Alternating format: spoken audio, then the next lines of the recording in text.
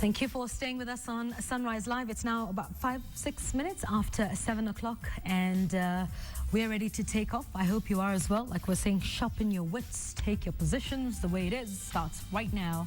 Martin Mutua with us, and Louis Otieno, our usual suspects, as we like to call them. Welcome, guys, to the show. Team Captain Yvonne. Yes, yes, I am. Okay, now Yvonne Okwara is FC Leopards. You're wearing green army uniform. What captainship is this? I am the captain of our Hands Off Our Elephants campaign. So that's what we are championing today. Your hands in particular? Don't Just checking. Yes, my hands, in case I ever get to the point where I'm tempted at all. Ivory belongs on elephants and not on anyone else or on my shelf. That's a good cause. For that matter. Yeah, okay. Absolutely. So please do stay with us, and we'll have some special coverage for you tonight on our Primetime Bulletin, Hands Off Our Elephants campaign, and we'll be giving you much more details about why this is such an important fight for us. I think when everybody thinks about the elephant campaign, we remember former President Daniel Arap Moi burning those tons and tons and tons of ivory. We perhaps need to see the same thing happening. And speaking of that, we'll be talking about some of those efforts. The president was in China recently, and we'll get to that in a moment. So anything you want us to talk about, do send us a tweet at KTN Kenya, at Yvonne Okwara. You can also send me an SMS. 8040 is the number to text. Please, when you send us an SMS, leave us your name and your location. You know who we are. You know where we are. We'd like to know who you are and where you are texting us from as well. That would be very important. Let's get into it now. And let's start off with more recent matters, with what's been happening in the judiciary, the bastion of reforms in the country, and now facing yet another crisis. Martin, what are your thoughts on everything that's been happening? And now, can the JSC appear before the Parliamentary Committee on Legal Affairs or not? Isn't an independent body? Is this status quo fighting back within the judiciary? What are your thoughts? My fears are that with this kind of fights, it doesn't augur very well in terms of of what we've been trying to do within the judiciary. You will recall that a couple of months ago, Kenyans had a lot of confidence. I believe they still have on the judiciary, and it is the only institution that people had already gained a lot of hope in terms of sorting out all the problems that have been coming up. And you can see what the Chief Justice has done. I mean, he carried out a number of reforms, and we've seen at least justice is being dispensed very, very fast. There are days you'd wait for a case to be heard. It will take years and years, but these days people can go today, and maybe even within 2 or 3 months, a case will be concluded. Or even within a week, or things are moving. You can see. Election petitions are being dispensed with. Petitions used to take up to the full term of Parliament. In fact, if I recall, there was still one pending that had been filed by former President Mwai Kibaki against Daniel Arap Moi, even by the time he went to an election. Is that absolutely right? So it used to take ages, but now they gave themselves some timeline. 6 months, they're supposed to have concluded all the petitions so that people can get on with their lives. And if somebody has been robbed of an election, you now have that confidence that if you go to court, you can be able to get justice. So a lot of good things have come up in the judiciary. So that's why I'm very disappointed with what is happening right now, because these are matters that the Judicial Service Commission ought to have dealt with. Because if there are any issues that are arising, they need to be dealt with within the Judicial Service Commission, so that you don't now involve Parliament, and then Parliament, that ball game of separation of powers start creeping, and you politicize some, because once you enter Parliament, the domain, that is a house of politics. It's not a church that you're going into. So definitely once it leaves the courtroom and goes to Parliament, believe you me, politics will creep in, and that is not a good thing. All right, and I understand that the Commission is independent, as are others, but who provides oversight oversight over the JSC, over the CIC, and over such other independent commissions? That's what I'm saying. At least Parliament has that oversight role in terms of how, because they have departmental committees that deal with even line ministry in government. But what I'm saying is that when it comes to the judiciary, then there is an issue here that needs to be looked at very carefully, because, like I said, the business of the judiciary is to interpret the law and dispense justice. So once, if you take that away and bring it to the domain of the legislature, it means then you're politicizing what was not supposed to be politicized. Because once you bring justice into politics, then you will lose it. So the JSC, in your opinion, should not appear before the committee? What do you think? I'm just looking at it the way it should have been dealt with before it gets out of hand. It's what needs to be done is that if the Judicial Service Commission has issue, let it deal with it administratively, and don't shout about it to the roof of other Kenyans, because by doing that now, people will start now judging. Well, it's a good thing that if something wrong has happened, it needs to come out. But the way it is being dealt with is what is the critical point of it. Because if you don't deal with that matter within the domain of the judiciary and you let it out to the politicians, they're going to politicize it, and then we will go back to where we were. Okay, and we'll never get down to the bottom of the issues. Absolutely, that because are at stake. now politicians will start taking sides, and politics will come into play, and then it becomes something we will not be able to deal with. In that regard, then, should Gladys Shelley have appeared before the Legal Affairs Committee of Parliament? We didn't even have time to think about that before she jumped in there. The JSC didn't give us time. She did not give much time for that to happen. I see it as a situation where when you try as a unit or an institution to wrap yourself around total secrecy like that, and you're not a disciplined force, the only people who can get away with that level of secrecy is the disciplined forces. Because you're putting together people hoping that the discipline that has preceded before is that they do not speak about themselves to other people. But people will break ranks in modern day because interests have changed, interests have developed into personal issues which are being championed from different quarters. And now the country is very competitive in terms of what inspires leadership and who's in charge of the country. And it doesn't take a lot of thought to know that there's a certain intrigue being pulled out here to do with, again, back to politics. But right now, most of the people who saw it, it was something that happened in a blur, like 3 days. Very quickly. Day one, there was a statement, and day two, Gladys suspension, was sent home. And then after that, now after that is when people start now pointing fingers. But what happens is, and I saw my former boss there, Nico Macau, standing behind these people, and I'm thinking, Nico, you've left it a bit late. This communication needed to have been out there before, because the judiciary had promised at some point that they will be more open, that they will speak to people and they will say what they're doing. And this, from certain observers, they have said that if a lot of these things they're accusing Gladys of, if there had been processes that had been shared within the public domain, and not in the detail that doesn't belong to the public, it should have been a different situation, because it also cautions the people who are swinging bats at you when they realize that the public could actually have a reason to think different. But because they were sealed tightly in a glass, when the glass cracked, all the contents that rushed out, all those were aha moments to everybody, inside there, outside there. It becomes very difficult, and now we're depending on this flurry of back and forth, so that we get a feeling of, oh, I think Martin is right on this one, and tomorrow, no, I think Yvonne is, depending on what side has a heavier case in the media, which should not be the case. So it was a situation where now it's a lesson to them. Don't get too closed in, you're not a disciplined force. Help the public help you, especially when you're going to be fought in the court of the general public, because that's what Gladys is now going to And in the suffer. court of public opinion? Because you hear what she said. At some point she said, look, I could even lose a job. It's about my reputation. And that's because she's being lynched in the public. But the public doesn't know what to do with her, because they didn't know what she was doing in the first place. And what those allegations are. I mean, they saw her, she looked fantastic at the swearing-in inauguration, and she looked very pointed and directional during the huge case which was appealed.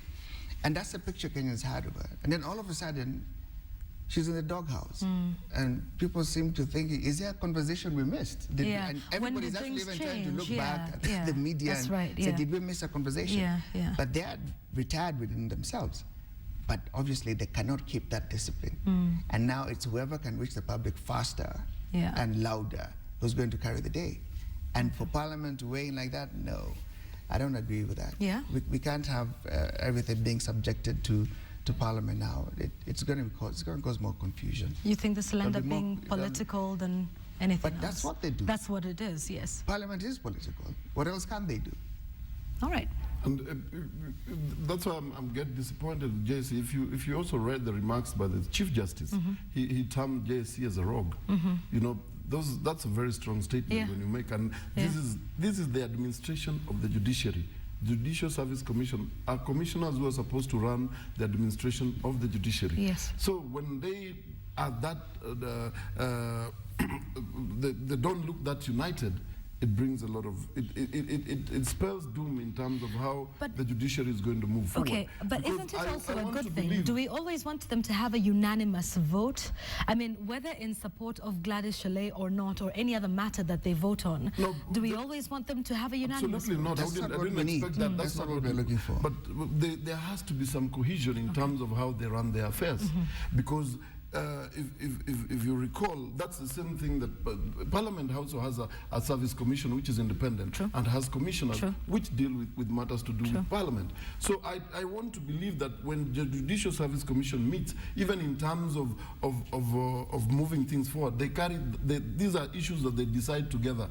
I don't want to believe that Gladys Chalet will be carrying out a project of such magnitude On if her the own. on her own. Okay. If that Judicial Service Commission is Didn't not know about in the picture.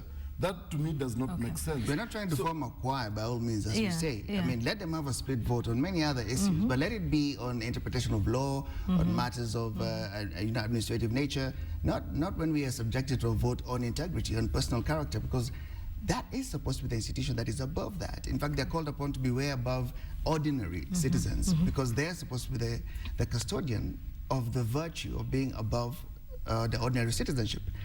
The other fear about having the judiciary going to a fight within themselves is one of the reasons why this country suffered a lot of pain after an election, was when a certain quarter of the election team said, look, we don't trust the judiciary. Okay, true. Because they were challenged. You could have gone and settled this in court, and we would not have had to see what we saw.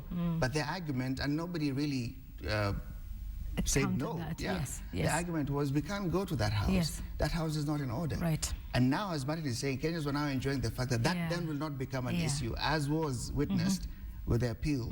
And though they're not happy, but they're bound by it, and they subject themselves to that. But if you're going to start now watering down The judiciary. the Yeah. air, the aura, the mystique that surround the judiciary, now it'll be open season again.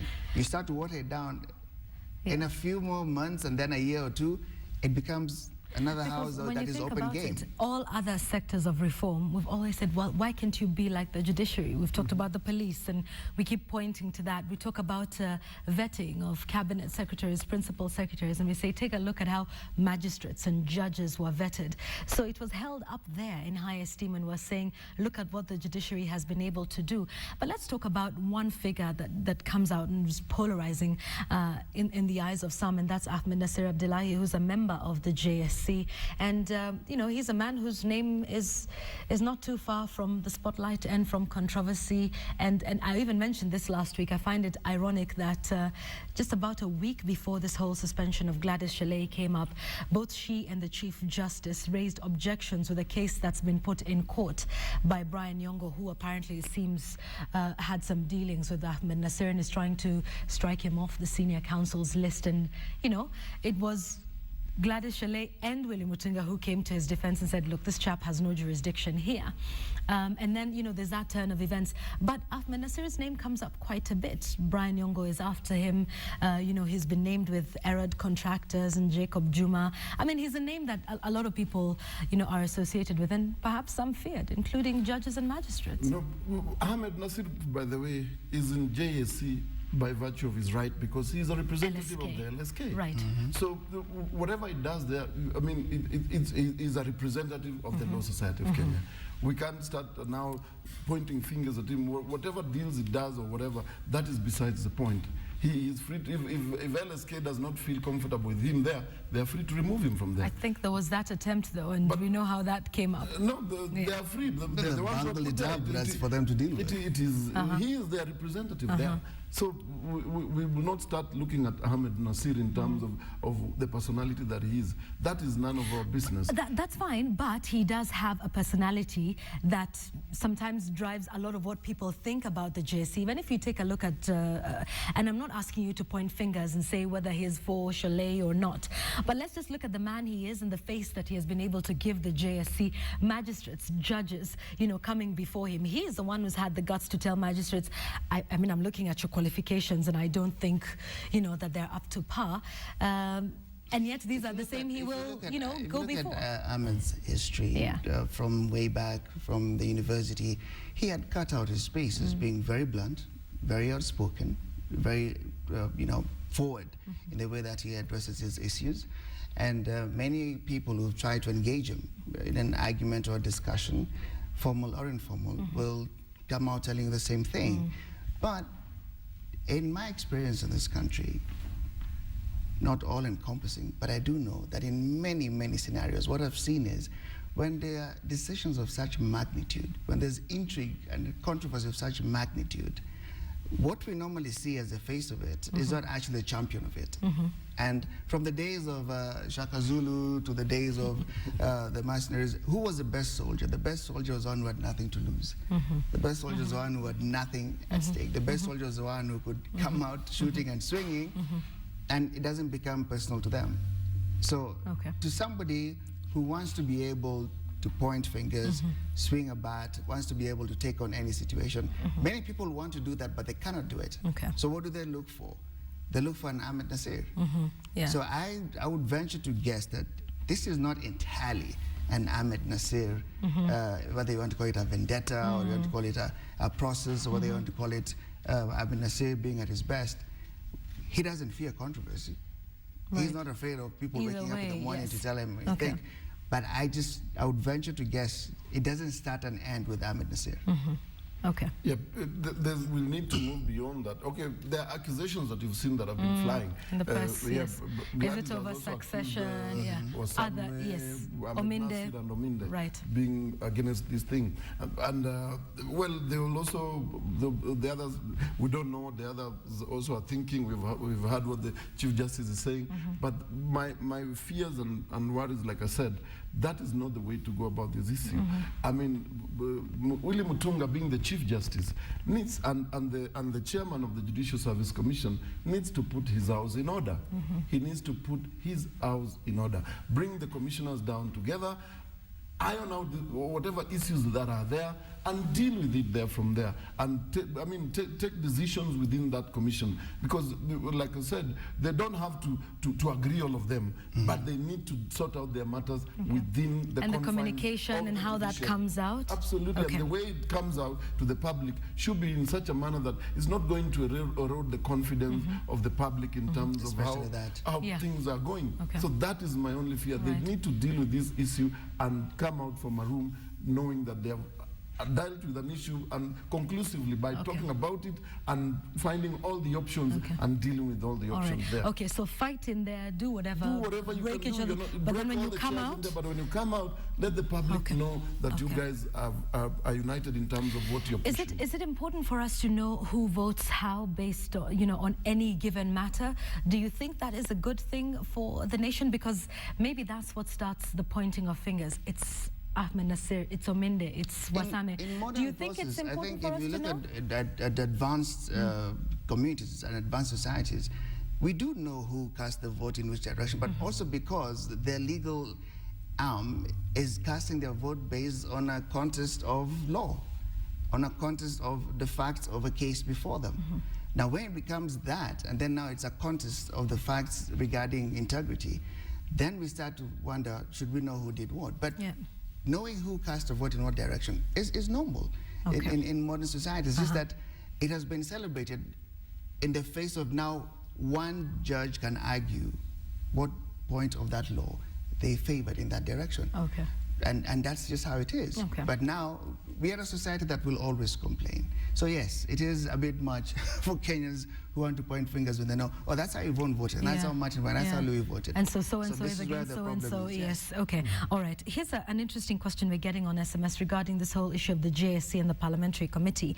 On separation of powers, you didn't leave your name, but thank you for texting. You say, if the Judicial Service Commission should not appear before the Parliamentary Committee, does it mean then it's wrong for members of the executive and, you know, the cabinet to have been summoned all along, as it's probably infringing on the same separation of powers? I think Kenyans are also a bit confused about this, because we do know that you know, the executive is independent of the legislature and the judiciary.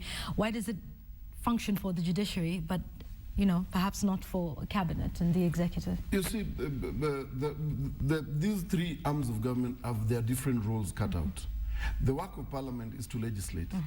The work of the executive, I mean the judiciary, is to interpret that legislation. True. The work of the executive is to implement. So when the executive does not implement, it requires an oversight to check on it, which that is the role that the legislature takes. And which is rightly so.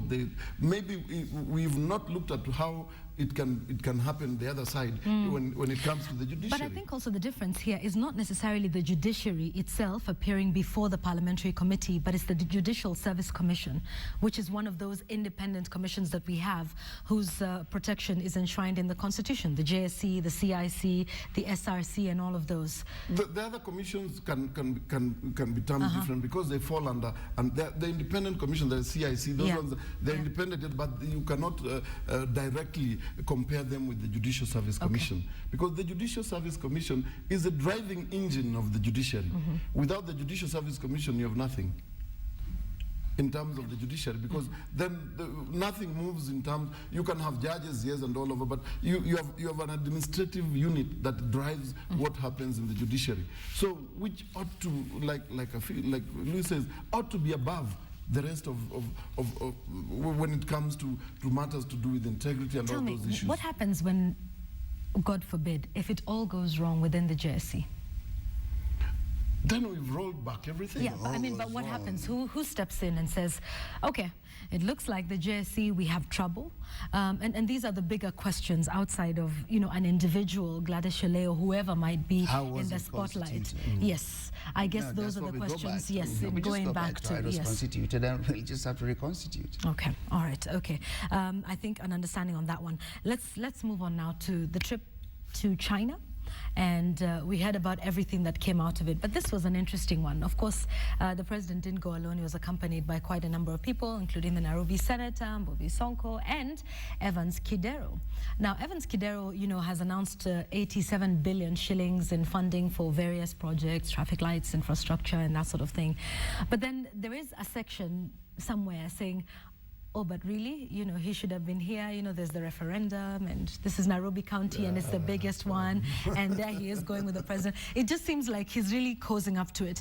I'll be on the record to say that Secretary General of ODM, Anyang' Nyong'o, has said he has no problem with it. And, you know, he's been open and said, look, this guy has got to work with the president, and he probably has to meet him, maybe more than any other governor, because Nairobi is an important hub, you know, of the country. But what do you think of some of those voices that say, who are they? Who are they? Let's start from there. You know, who are they? Who's causing? There's some people are upset. There's some people why upset? Listen, they can get. He's cozying up to the president. Oh my goodness! Look, he's cozying up to Jubilee. Remember, he was the first person to actually host the president at his private residence. That is why I've asked, who are they? In a situation like this, when we're allowed to give opinion in this country, it doesn't mean you factor in every opinion. If you listen to every little you'll never run government. What you like to call pedestrian. These are even beyond pedestrian. These are carpenters who are just making noise. Because what is it they're upset about? What do they want? Do they have any form of structure in their argument? No, let me tell you, here's what's being said. By who? No, here's what's being said. Yes. That he didn't accompany former Prime Minister Raila Odinga. Remember when he took the other governors to the States and they were going to see how all of this is done? So he avoided that one, but is jumping on this one, going to the president. I know it's ridiculous, but that is why we must address it here. You want to listen to the wrong people. I'm telling you, I mean, those are the same I guys. listen to everybody, the wrong people and the right people.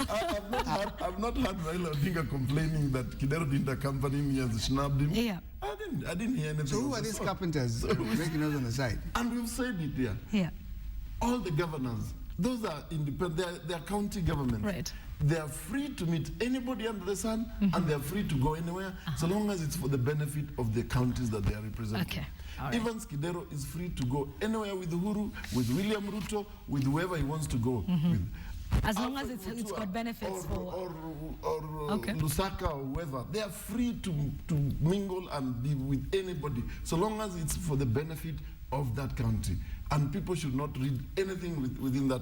Like we said, it is important for them to collaborate with everybody, Yeah. so that they can be able to offer the services that they have been elected to do. So otherwise, what do you want them to do? If the president calls you, you run don't away? go. Yes, you don't go. Then we don't know what we're thinking about. We don't know what this devolution process is all about. Indeed. Kidero is just a stone throw away from State House. He's at the seat here. Yeah. He is bound by any chance to, In fact, to walk in every minute President that he Uhuru needs. Kenyatta, as a resident of Nairobi Yes, County, he's will be Governor looking Kidero. to, yes, Governor Kidero and say, what are you doing This is about the why- roads in the county in Exactly. which This I is live? why I'm staggered. Who is this complaining? I mean, they are the This is people like missing the point. ile wanaita kwa Kiswahili story ya miraa. You know, when people have chewed this thing and they're intoxicated, that's the level of discourse they have. They can buy everything, they can fix a constitution, they can form 3 cabinets. Okay, you Now, do know you've just incurred the wrath of everybody in Meru with that statement. I hope you realize that. No, listen. And let's just be clear on this show. When you Any get to statements that made by level- these 2 individuals are theirs alone and do not by the represent way, those of KTN and the Standard. I will be in Meru in 2 weeks. So I'm Well, then you might want to have a baseball cap I'm and completely sunglasses. accountable to what I'm saying. The point is, beyond the argument about whether to chew mirror or not, there's a point at which when not that mirror takes charge of your senses, and you start to have such conversations. Where you start to be outside of the sensibilities that tell you if the president is signing money into development and the chief of the town is not there, what are you discussing? Okay, all right. Let's move away from the mirror for a moment. And let's talk about, okay, so this is Evans Kidero, done. We've sorted that one out. And I think it's important for us to Conclusively, I say hope. that. Yeah, well, yes. Well, if we hear other voices, we will know. Like But when like you said, you need to stop hanging out with certain people now. I listen to all opinions. So The right one, the wrong one, and the one in the middle. When they pop up those opinions, tell them, listen. Sort it out there. Okay, first of all, I'm not holding brief on behalf of these Sort people. it out Please do not there. send me to these people. Sort it out there. Tell them those thoughts must fade away from their minds, because these are governors and they can hang out with anybody Anyone. and Okay. at any time, any place. All and right. Nobody needs to question. Noted. Now that we're talking about the goodie bags that Evans Kidero has brought to the residents of Nairobi County, let's talk about the goodie bags in general. I believe you were categorical here last week saying, what goodie bags? Yeah, because- 425 billion, not enough for you? Well, 2 things. As of last week, when we had this conversation, there weren't any. Nothing had been signed up as of then. But you were categorical that nothing would come out of it. No. I said nothing good at that point. But here's the thing. I'm not changing. Now it's at that point. Let's Okay. be clear. I like Here's the thing, working I'm with not changing journalists. my mind. Uh-huh. I'm not changing my mind. Okay. I'm still unhappy. I'm still not a fan of this Kenya-China relationship. Not in the least. So the only thing that is different for me is, okay, we've signed into more debt. Fantastic. So you want me to jump for joy for that? Could we have done it any other way without debt? Whether it's from China or the No, I'm West just or saying, France? just so that you're clear that I haven't Okay. changed my mind. Okay. All right. Yeah. Okay. Very clear on that. Nothing. We didn't get anything for free. Of course, nothing is for free, Martin. Of course not. But why goodie do you want bags, to us to goodie jubilate? bags are hampers. They're things which come and Okay. you're given So and all you right. go and it's as have a if there's- picnic. There's and it's something we ought to okay. celebrate about. These are things that you are going to pay. Your children, your grandchildren are going to pay for this trip that has. Yeah, but that how has else been are we going to undertaken. get that, though? That's my That's a question. different argument. Let's get into it then. Okay, we decide to go that way. It doesn't give cause for me to celebrate. If we've chosen the devil one to go to bed with, fine. So let's do this. Okay. And like we said last week, we've gone that way because the other side has been closed.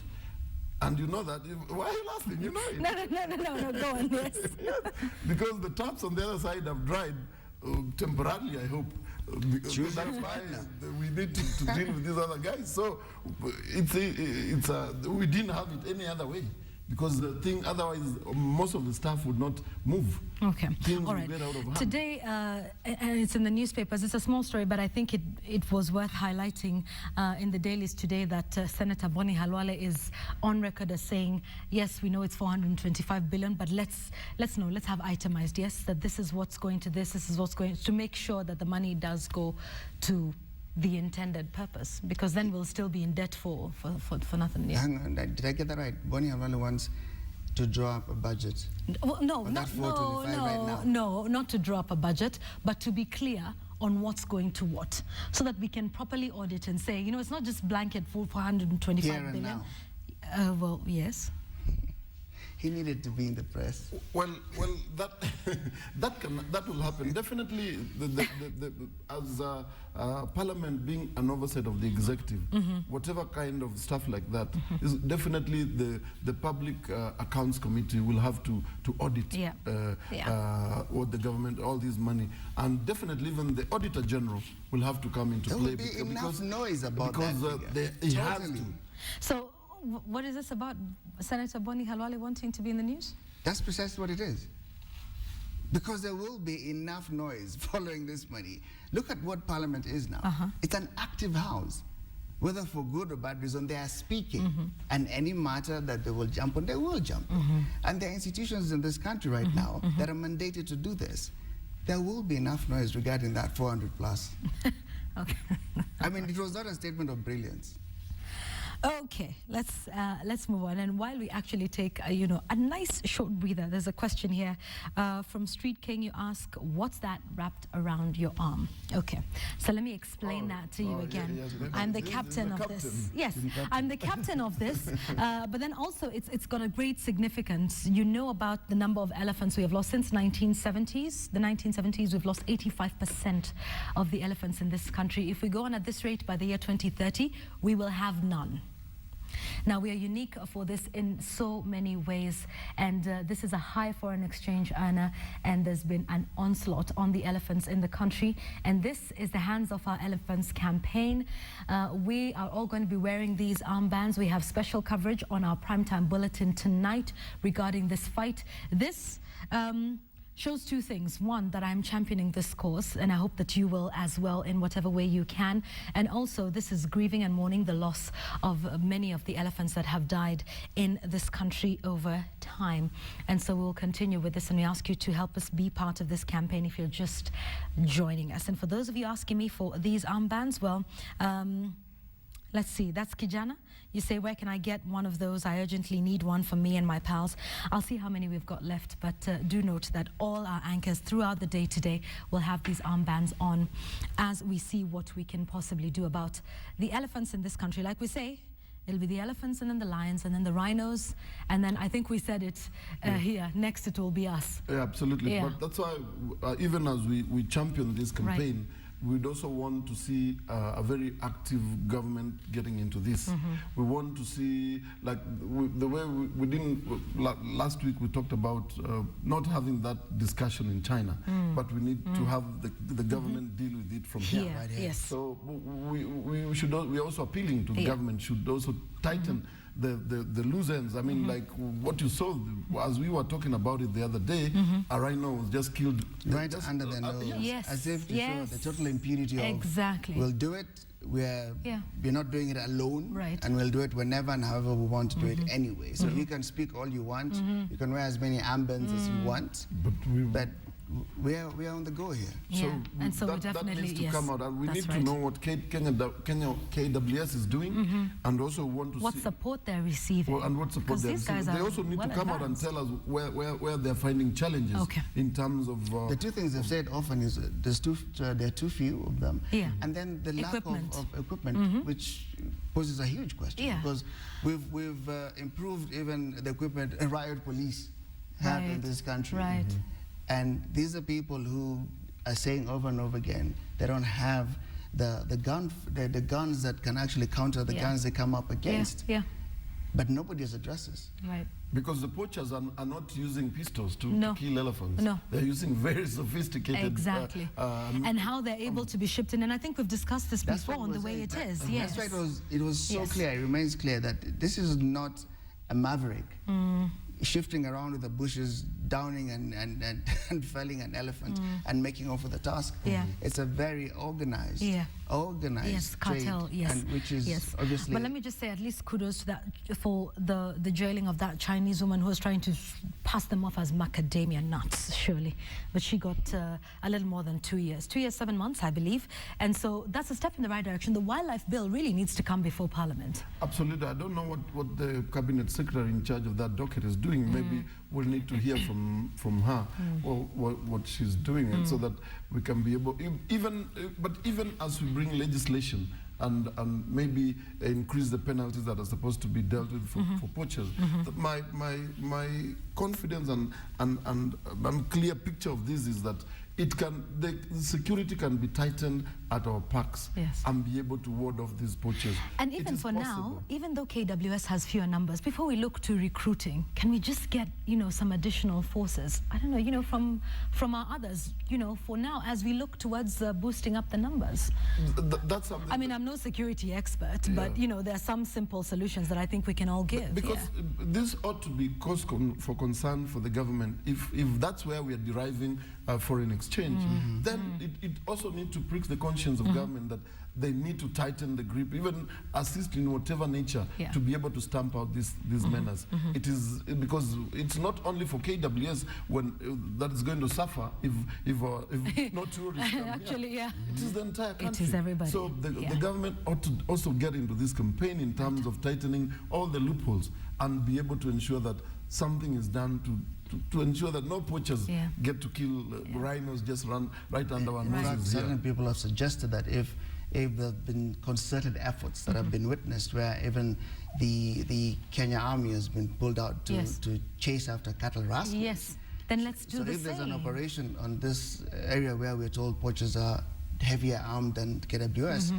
some would like to see, even if it's just an entry point of an operation where Right. they do come out, Okay. plus the army, Indeed. and round up some of these fellows. So they show, actually the country is taking this issue very seriously. Yeah. But what is confounding people is there's a lot of discussion about it, but the amount of force being used to counter whatever the offense is remains minimal, remains That's KWS. right. Yes. Even the assistance of the police is unheard of. Just say the regular police Yeah. or the administration police as they used to be. Because they mop up people, there's a concerted effort. And you see the GSU coming out and 3 other whatever's coming out. But now it has Indeed, remained yes. KWS. Yes, and I think, and it's all well and good when we discover these holes of, ivory and everything, but I think we need to stop it at the source. As opposed to seizing the ivory, the elephants are already dead. We might want to prevent the death of the elephants in the first place.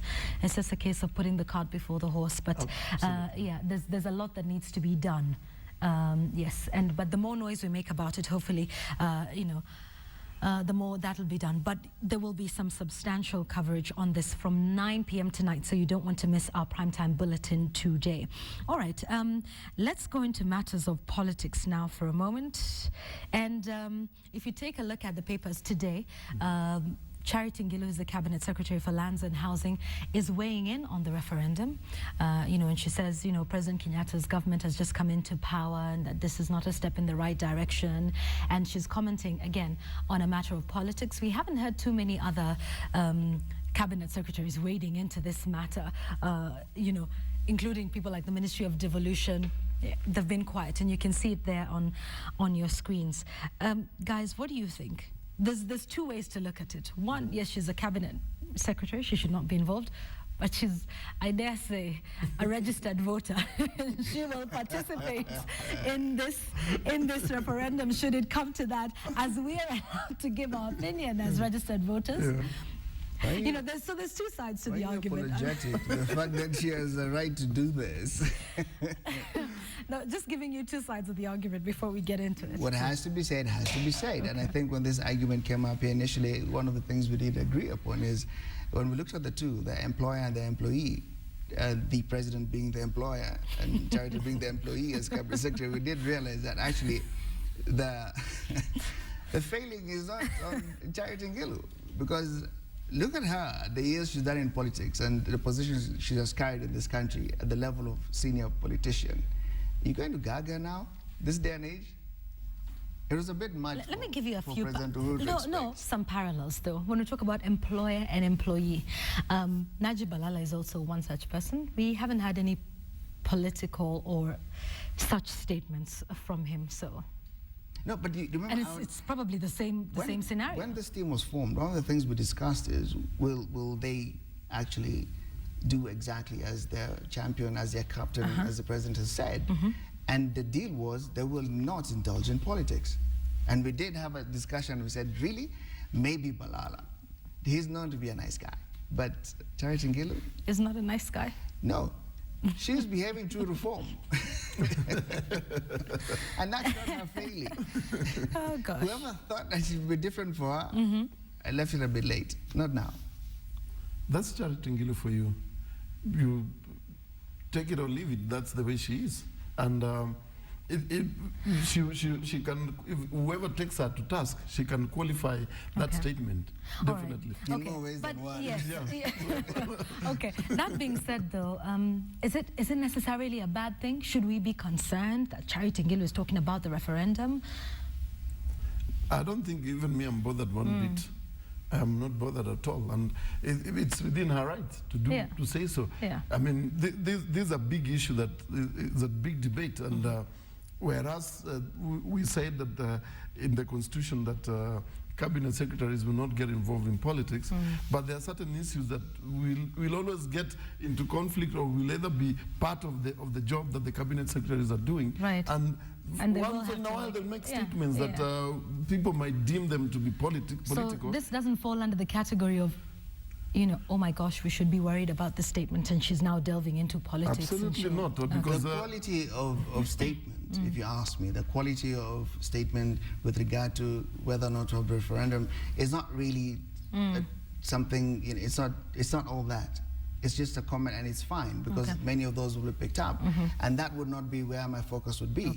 It's not about the quality of statement she made, but the focus would be, again, she's breaking ranks against a promise which she and her boss had made.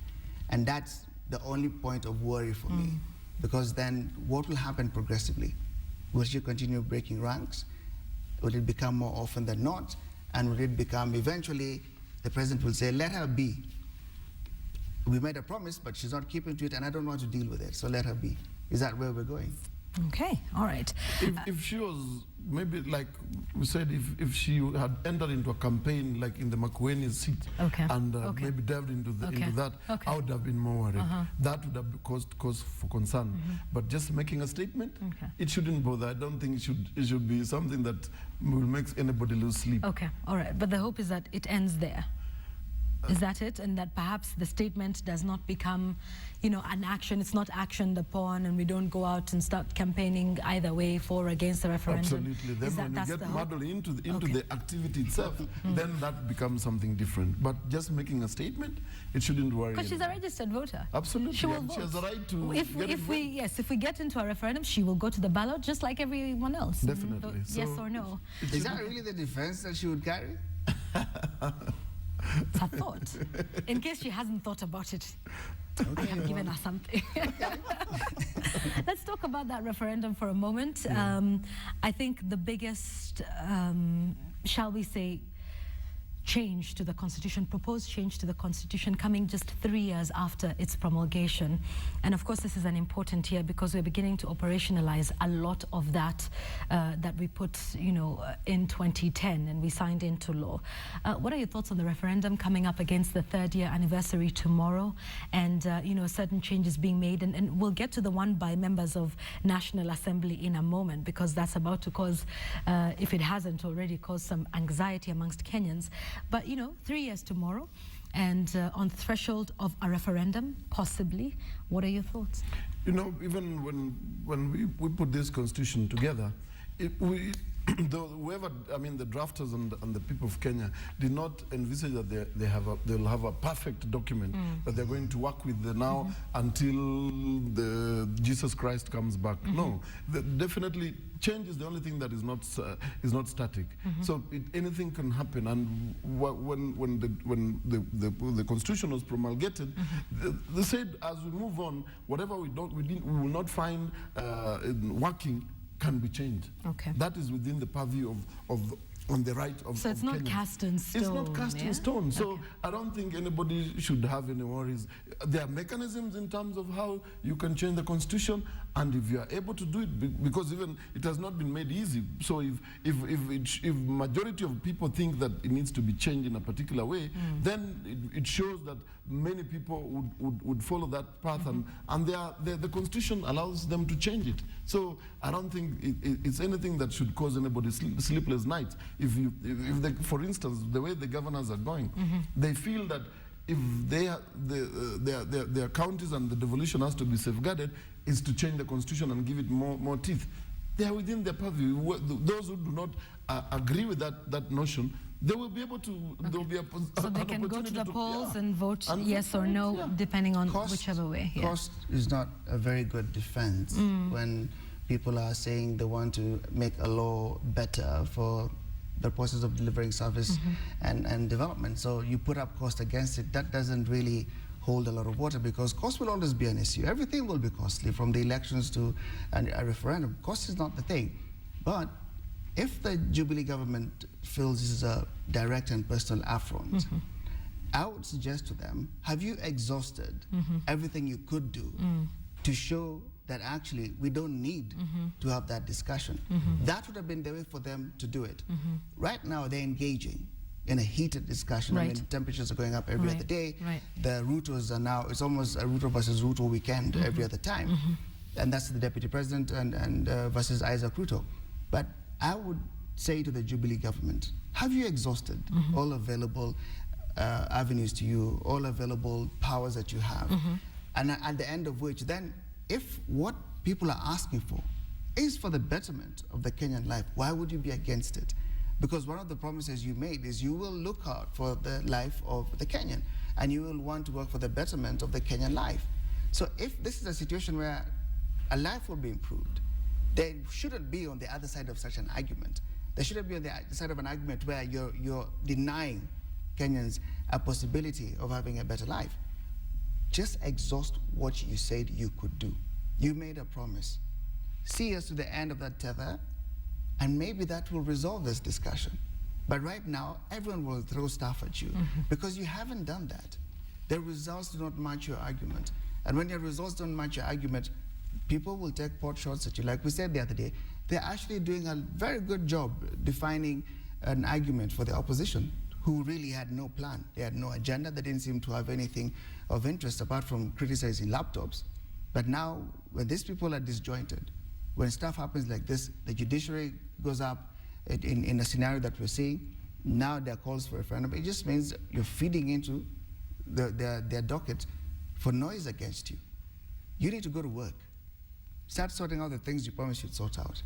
Unless they're directly standing in your way, which cannot be the case. Your government. Sort it out, and then come back and see there's a gap. And if there's a gap, in fact, they will be the people to champion a referendum. They will be the people to say, we had a plan, this is what we've done so far, we see there's a gap. But guess what? If we tweak this law, we'll proceed with our plan for you. Okay, all right. Speaking of changes to the law, there's another one that is being mooted by the members of National Assembly, MPs as we know them, and on to change the law that seeks to redefine their designation that they are not state officers. The money law. And you know what that means, yes. If they're not state officers, then Sarah Saram and her team will have no business, should this go into law, will have no business doing that. And it's been shown in the papers today. I think if we can take a look at the Standard, pages 2 and 3, is showing the fact that this will have, a huge effect. I mean, this is what we overwhelmingly voted for, and I do agree with you, we can make changes to it. But then here's another one, that, Kenyans decided we want somebody that will check on the salaries of members of National Assembly. And now, should that law pass, then we will be forking out billions of shillings just to pay them. What do you think about this one? Is this one of those that will sail through whether we... Oh, money laws. Money laws. Have they ever stalled? They will be very unanimous. Have you ever had a money law stalling? The 349, all of them will vote for it. Unanimous, trust me. It will go on, it will even take a record time, less than even 10 or 15 minutes to pass. Is there anything we can do about it? Well, if they're defining that, that they're not state officers, that's okay. If that's what they think, that they don't want to be that category, if that is the way it has been. But even if they remove themselves from that, trust me, there's enough oversight in terms of they cannot just do anything anyhow. They have done that but before. But they will be able to increase their salaries, yes. But I want to believe they also have an obligation, and they also know that Kenyans are watching in terms of how they... Really? Yes, I know they don't mind. Really? They don't care, because don't they mind. believe that you can say anything that you want to say against them, but they will still go ahead. On the money laws, they're the champions of impunity. You can watch all you want, you can shout all you want, but if their path is clear, it'll be a unanimous vote. That sounds rather depressing, don't you think? That there's nothing we can do? There's really nothing we can do? We've had all these sorts of demonstrations. They have helped. The civil societies have come out to make, to at least to shout out you saw what happened last time. Yeah. They backed off. They retreated a bit, and things went a bit calm. So should we have another Occupy Parliament Reloaded Part 3? I don't know. 6. It depends. Did the Constitution, is the Constitution clear that members of Parliament are state officers or not? It is. So if that is clear, then we will be able to. It's the different interpretations that you find in the judiciary that would be able to outline. I don't even think they're seeking an interpretation. They want to change the law. I know. That, so this is not even a matter of interpretation by the judiciary. That's what I'm saying. If they will, this will pass, and that is their work. Like I told you, members of Parliament, their work is to legislate. It is for them to see whatever law that, if they feel that is the way to go, you give them time, let them do it. Then what? We will tutakutana kwa debe, and then we will bring the same old people. Well, we it's have on lessons that rather to learn. depressing note. We have lessons to learn as Kenyans. When we allow people and we give them that kind of power, we've got to think really hard now when it comes to the next vote. Okay, perhaps that should be something that we should throw into the referendum, if it will go through. Still go back what to we can, yeah, but it'll still, no, actually the referendum, if it's by popular initiative, it'll be us to decide, but let's wait and see. It is on that rather depressing note that we wind up this hour. I don't like the sound of that, but I know there's something we can do, and your suggestions would definitely come in handy. What do you think you would like to do regarding that attempt by members of National Assembly? Anything? Nothing? Are they in their rights? Are they not well within their rights to do that? Well, you let us know on Twitter at Yvonne Okwara, at KTN Kenya. SMS us 8040. As we carry on with the wait, we want to take a short break. When we come back, we'll be discussing, among other things, this whole idea of Luhya unity. Do they vote as a bloc? Have they been denied the presidency? We will be getting to that after the break, so stay with us.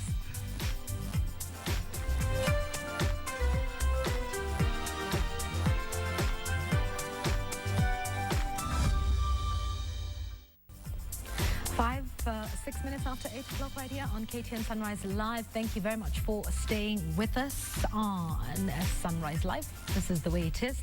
Martin Mutua and Louis Otieno are with us this morning, and we're discussing all issues under the sun. Let's get into, what we had promised you before we went into the break, and it's been this talk of Luhya unity, and Luhya leaders were at a funeral. Of course, these statements, like these very profound statements are always made at funerals. That's politics. The irony of it. Let me tell you, if I know any politician when I'm dead, please, ask my friends and anyone that knows me. Yeah. There'll be such. You will have no control over it. That's why I'm asking you, my friends, and you, my friends, to please make sure that we talk about me, yes? Remember me anyway. Let's move on. And anyway, they were talking about Luhya unity and how, they need to come together, people in Western Kenya region, and, do that. And of course, all of this on the backdrop that in Kakamega County, by the way, the members of County Assembly want to use Luhya. So much for unity. I know, sadly. But I will say this, should we be discussing, a point where we say community X votes as a bloc and they're united? It would be a good thing, no, that people vote on their conscience and not based on where they come from? Yes. What do you think of this? Hypothetically, yes, that is how it's supposed to be. But see, that's how it is in Luhya land. But practically, it doesn't work out that way. The optimum doesn't behave. But it is displayed in Luhya land more than in any other. They've traditionally never, gone with it. I mean, for heaven's sake, take a look at Musalia Mudavadi, and that is a heavily cored region. And even he came out recently over the weekend saying, oh, I was not a mole by Jubilee to come and try and, ruin Viola's chances. But should we be having this discussion now, or should we actually be going in the opposite direction and saying, hey guys, vote based on your conscience for whomever you want to vote for? But we've said that before, and you see, the irony of our politics is such that we are so tribal in this country. I don't know how long. There's a time we talked about how it's so difficult to change these attitudes because our leaders are the ones who champion this kind of process in terms of how people should vote. And when it comes to the elections, they retreat in their villages and their tribal cocoons, and they charge the crowds and the people in those particular areas that, look here, this is how we're supposed to do it. So if we don't do it this way, then we're not going to have it. So it's the irony of the politics we have. And it will only take the same leaders to be able to change that kind of attitude if they don't reach tribal when it comes to the election period. And they've successfully done that every other election. Okay, let's take a look at, yes. Should have been the discussion now from a point of somebody trying to disrupt it or break it from within, and somebody trying to introduce competitive politics of the conscience. I wish for them that it would have been at the space where they already had enjoyed the part of being a unified bloc, because as we are saying, the optimum is vote as an individual, vote with your conscience, but we're still very ethnically inclined, and we're still under the umbrella of phrases like the tyranny of numbers and things like those. So if they had been together initially and now somebody else was having a quarrel with that, it would be a different argument, because right now, even this so-called unity they're looking for, it is beyond being a Luhya affair anymore. There are other interests now. So there are other people who are outside of that space who will be very interested in either making sure it doesn't happen or hastening the process. So now it is not entirely within their hands to succeed in this. They've got now interest from outside. And that is why, for some people, they will enjoy that they remain polarized. And there'll forever be a whinging community. They're just whining about who didn't come together with who and who didn't do what. But numbers will be counted. When we talk about unity and them forever whinging that they're, on the outside, but my question is, and I'm still baffled by the fact that we would be having conversations saying, oh, let's have the Kikuyus unite, and let's have the Kalenjins and the Taitas and the Luhyas. I would think the conversation would be in the opposite direction.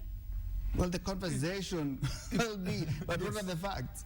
But what are the facts when it comes to the Luhya voting bloc? Let's talk about that for a moment. Yes, because they traditionally have not always voted for their person. In fact, in many cases, when you take out the election since 1992 to date, they've always supported somebody from another region. But you know, it's this whole idea of we want our man in the presidency. What will our man in the presidency benefit our community? That's now the kind of conversation we ought not to have, because when we are trying to build a cohesive nation, and one nation that is supposed to, where people can live anywhere and do business anywhere, it goes against that grain when it comes during the political time and the electioneering period, because like I've told you, our leaders are the champions of this, the same kind of cause. They're the ones who would go back and tell their people, look here, this is how we're supposed to move like. We are supposed to vote as a bloc for this, for our own man or something. So when other leaders do that, and it's replicated by other leaders on the other side. So it becomes very difficult to have this conversation that we should be voting with our conscience, because But that's traditionally what seems to happen in Luoland. I mean, there's no. You can hardly ever say they voted one man to, one man, one vote for their own. That's rarely ever happened, because if at all. The dynamics of the community are also different. You. You know, because I come from I'm trying to get you to say something. I tried to avoid, but you're just go ahead and say that we are very. Now that you won that, let me break it down. I have said it. We tried to be nice, but you wouldn't let it. So let me break it down to you now. I have done work in that region, and I have had town hall meetings in that region, and I've had discussions, and they've had opportunities and chances to actually come together as a voting bloc. At one point, they boasted, 5 cabinet ministers, yes, if I recall. Yeah. Did it work for them? Did they enjoy it? They celebrated? They did not. And I do remember at one time, I was sitting in a town hall meeting, and Marenda was there, Kitui was there, Akaranga was there, Wetangula was there. There was a whole team of leadership. And when I asked them the question, why are you so challenged in terms of bringing yourself together? Is it really that the Bukusu will never sit with the Marangoli and you'll never have a discussion between the Tiriki and the Kisa? What is it? And they told me to my face, it was on live television actually. She dared to kubu hapa ni wivu. Tunaoneana wivu. So they have serious trust issues amongst themselves. That's not the direction I was hoping you'd go, but go ahead. You asked for it. You asked for it because you were looking for a very technical reason. It isn't that. Yes. There is no technical reason as to why they will always fall through and end up whinging. Right. It's not a technical reason. Okay. So, but I do agree with you that the jealousy thing needs to stop in order for perhaps development to carry on. But a good thing for them that, it's not necessarily as big a deal. It probably is, but that, we have 5 cabinet ministers and we once had a VP in this country, and it's not something that is traditionally celebrated in that region, is it? That they shout on the rooftops about. But it's for that thing that I'm telling you. It's not a technical reason. Shidao ni wivu. Why do you have it and I don't have it? They said it. It's on record. Okay. Let me. Am I usually allowed to give my opinion in this one? Probably, because I have a stake. They said it. It's on record. Well, okay. That aside, but I think it would be a good thing if we all went in this particular direction. That hey, whether our man is there or not, and whether we have, the number of jobs in here and cabinet secretaries, that perhaps this is the way we should go. We vote with our conscience, and not necessarily. That can only be broken if we'll ever have the dominance by the so-called big tribes of running over the smaller tribes. If we'll ever have leaders who are coming from maybe these so-called small tribes taking over the leadership, maybe we'll start breaking this tribal business. And that will be the only way to go. But as long as you have the so-called major tribes ganging up together, of which the lawyer is one of them, ganging up against the so-called marginalized tribes, then we will never have this kind of whatever going anywhere. It brings it back to that tyranny of numbers, yes? That phrase that a lot of Kenyans are unhappy with, millions of Kenyans don't seem to like. Yep, that's true, and that's why I got very disgusted with the senator in Voi, trying to tell their community to wajazane. so that they can vote for him as a president. A microwave event, it's like a microwave procession and then you see, we are getting it all wrong. It doesn't. We must come into a situation whereby even if the Taitas or the Tavetas are that few, there can be leadership coming out of there and that can be celebrated, and even they can. And there's also other people within Taita Taveta who are not Taitas. That's what I'm saying. Tavetas, yes. They can be, you can become a leader not because you have tribal numbers that back you, but the quality of leadership that you come out with can to be able to progress you to power.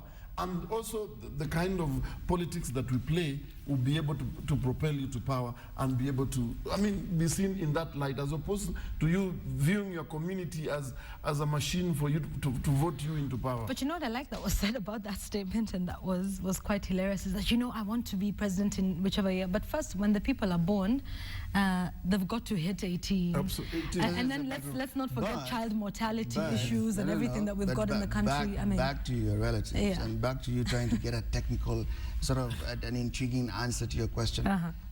Do you not see it in other aspects?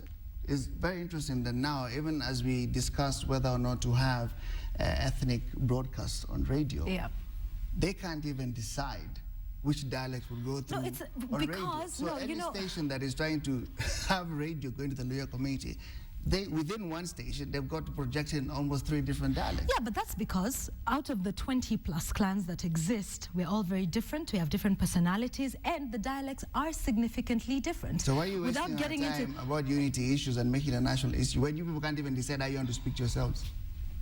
So is it not, we shouldn't have clans? No, I'm just saying, you need to go and sort out very local issues first before you start Luhya unity, where are you? Where are you? No, but I get what you're trying to say, that this should not be an issue. No, it is an issue, but it's not yet a technical issue where people should imagine there'll be a roundtable conference to decide what the challenges are. Go back home and have a discussion. First agree on which is your common dialect for communication. Start from that. It might help. Even the only person maybe who enjoyed a lot of support within the Luhya was Kijana Wamalwa. Yes. But he didn't enjoy absolute support. That's right. Because of the same reasons. No, we're just different. We're divergent,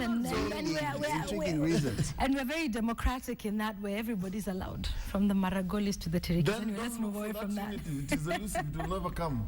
If that is the same way. That's what we're saying. If you're stuck at that level, why try and impress the wider Kenyan public that you're trying to work on you need your own Luhya referendum? Okay, let's stop that right there before we start to get lynched.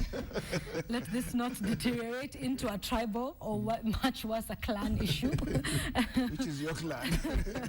That will be ostracized. No, yes. And you're even lucky you don't go as far as clanism. There are certain regions in this country that is only the clans that decide who the leaders are.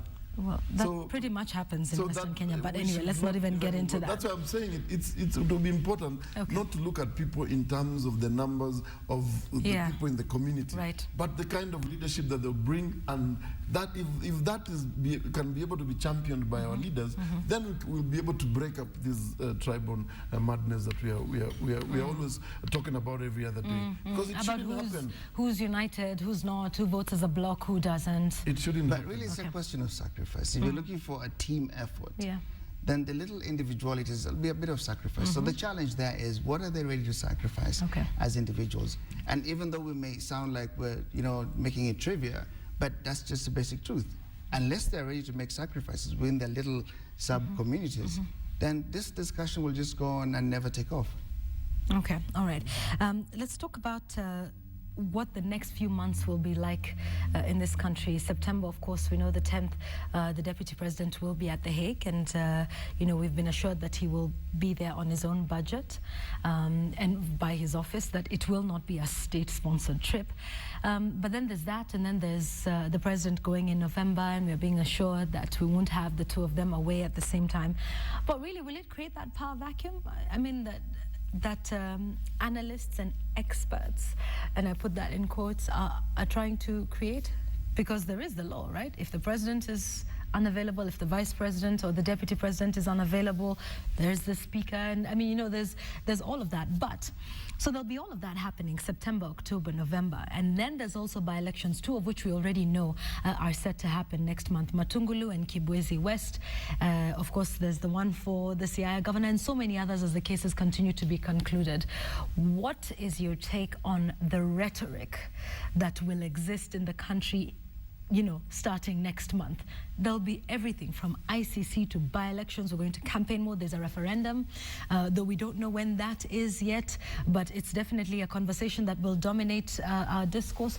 What is your take on, what the country will be like? I'm telling you, even you will not know these 5 years coming to an end. Yeah. It will just come like this, because if we have these two by-elections, how many more do you think might come? We don't know. These but two, yes, I CIA is on the hope way, within yes. this, by the 6 months that we've been promised, all these petitions will have ended, so that if there are any by-elections that are supposed to take off, they should be able to run within this period, so that they're done away with, and we forget about any by-elections.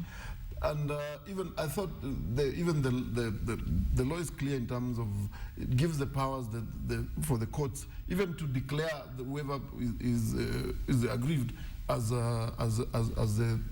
holder of that position. So the judiciary can also save us time by using that. Which is what Kalembe Ndile was hoping for. We wouldn't be going to Kibwezi. We should have, because there was no any other petitioner. He was the only one. I can understand with this other one from Matungulu, because there were several petitioners. But for their one, it was only Kalembe. Should have declared him, and then we so that we get over this. That way the judiciary can also save us. But going forward, I think we're going to see a lot of very heightened political activities as we move towards the next 2-3 months. And we were told, I mean, choices have consequences, so we have to agree with the consequences in terms of the Hague issue.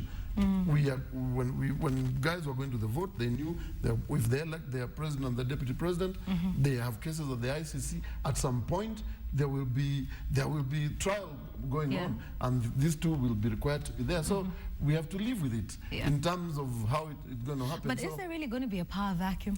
I don't think, because they have separated the trials. Right. The president, the deputy president will go this time, September, and he'll be back, and the president will be on the other month, and hopefully they will all be back. Let's I am not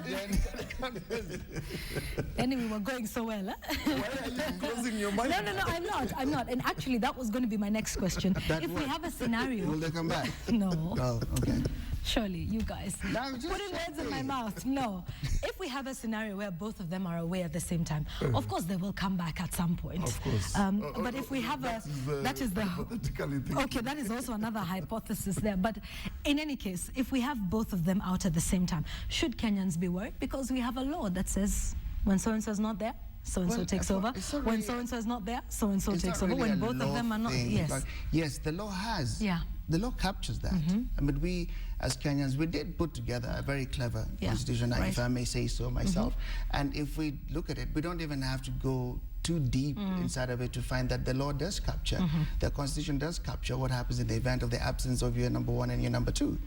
But that wouldn't even be the biggest challenge, because the ordinary Kenyan, the typical Kenyan doesn't actually wake up to deal with a big office, with the first office. Right. So it's sort of vacuum that they will feel. It's more of the perception.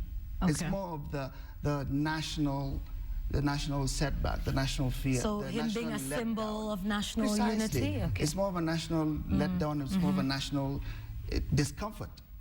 What people will generally feel. We've not been in this situation before. Right. And no matter how many technical arguments come up, and all the rhetoric and all these clever things people say in analysis and in all this political discourse, you cannot deny that when you go out there to the different counties, the Kenyan you will find is a Kenyan who will be concerned that his number one or the number one is away, and so is the number two.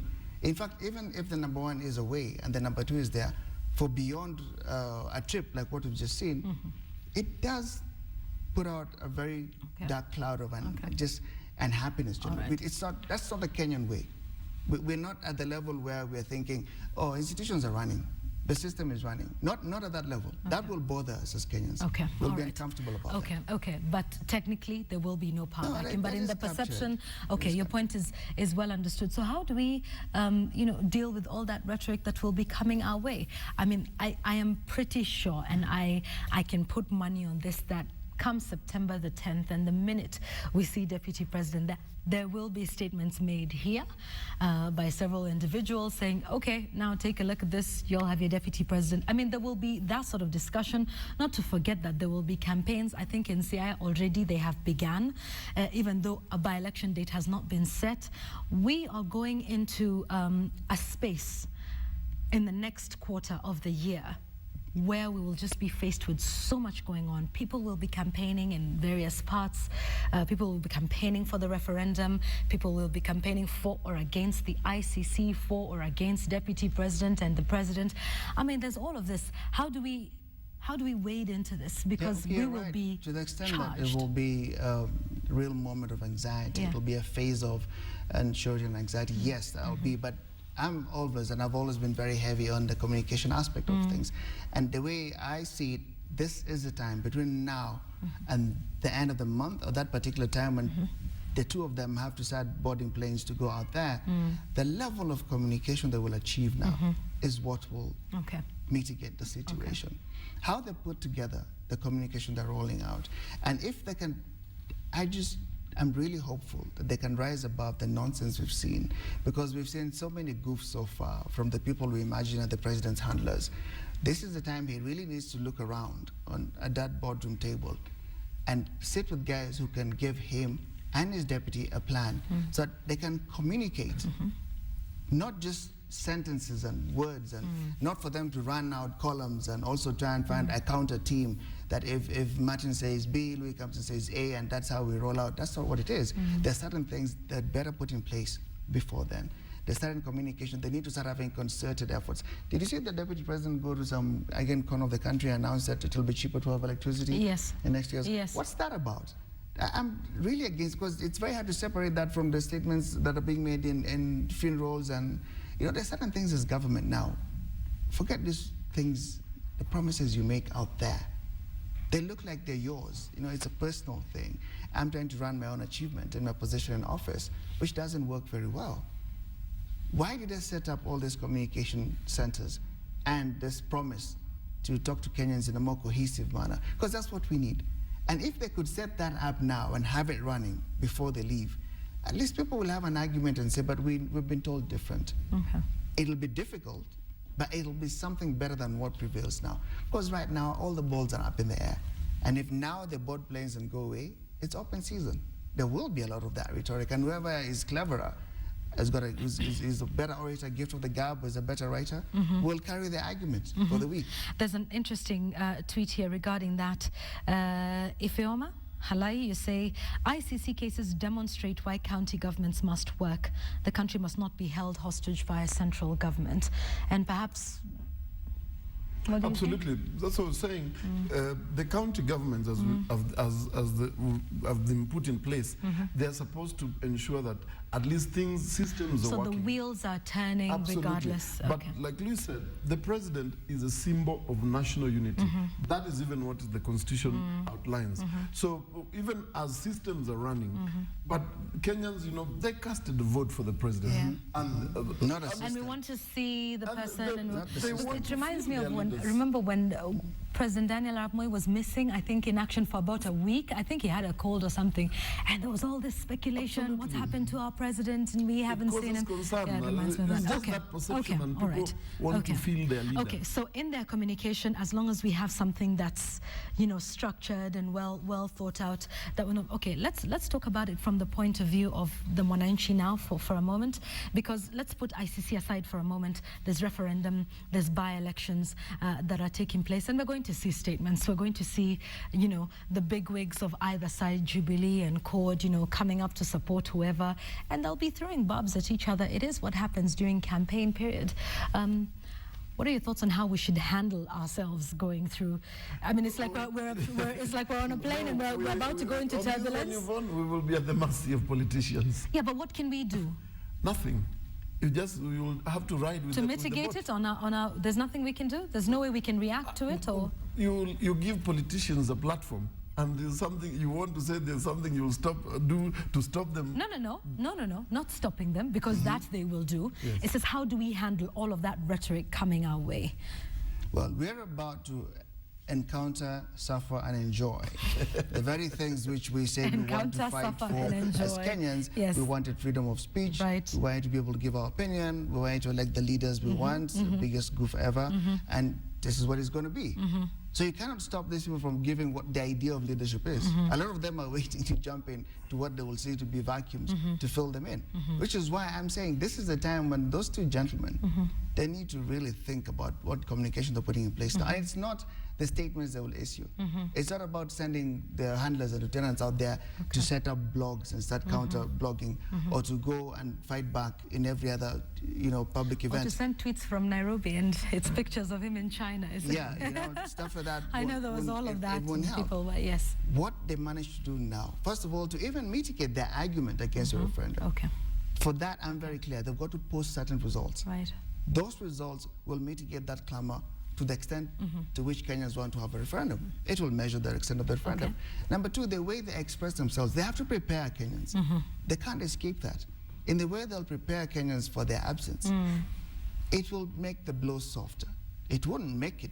Go away, yeah, for No, sure. it won't. Okay. Because we're still, we Yeah, get it lost is what it sometimes. is, We yes. get lost sometimes in the city arguments. Okay. And we can argue because there's a lot of intellectual argument going on in the city.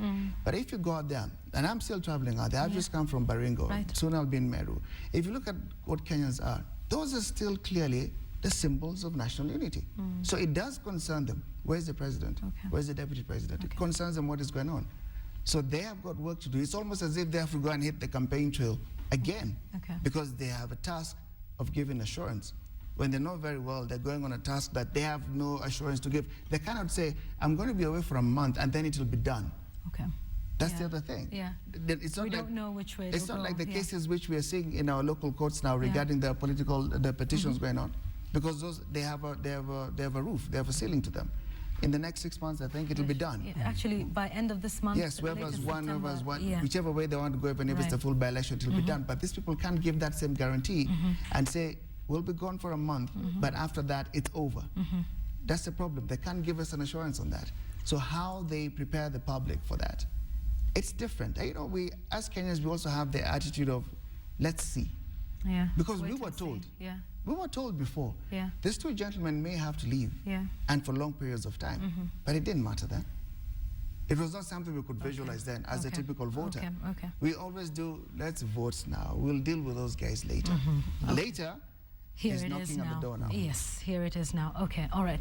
Martin, I'll let you give your final words before we wind up. So, like I said, I think it will depend on how, because a lot of the things, even from the cases itself, a lot of stuff will come out, some of which maybe Kenyans don't know.